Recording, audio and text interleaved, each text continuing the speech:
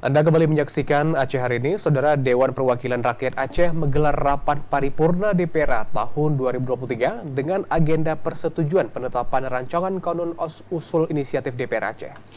Pada rapat paripurna ini difokuskan pada penjelasan dari masing-masing pengusul sebelum disahkan sebagai kanun Aceh. Dewan Perwakilan Rakyat Aceh telah menetapkan program legislasi DPR Aceh prioritas tahun 2023. Terdapat 10 rancangan kanun Aceh sebagai prolega prioritas tahun 2023 dan 5 judul rancangan kanun Aceh yang ditetapkan sebagai prolega tambahan. Pada tahun 2023 ini ada 9 rancangan kanun yang merupakan usul inisiatif Komisi dan Badan Legislasi DPR Aceh. Adapun rancangan kanun tersebut seperti rancangan kanun Aceh tentang penyiaran Aceh, Rakan Perubahan Kanun Aceh nomor 15 tahun 2013 tentang pengelolaan pertambangan, mineral dan batu bara.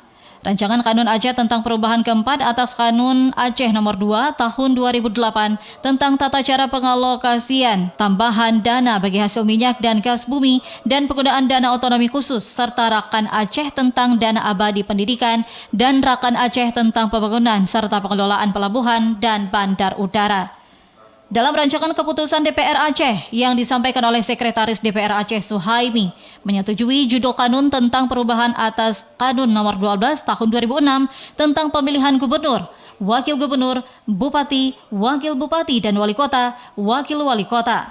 Kemudian rancangan kanun tentang perubahan kedua atas Kanun Aceh nomor 6 tahun 2016 tentang penyelenggaraan pemilu di Aceh.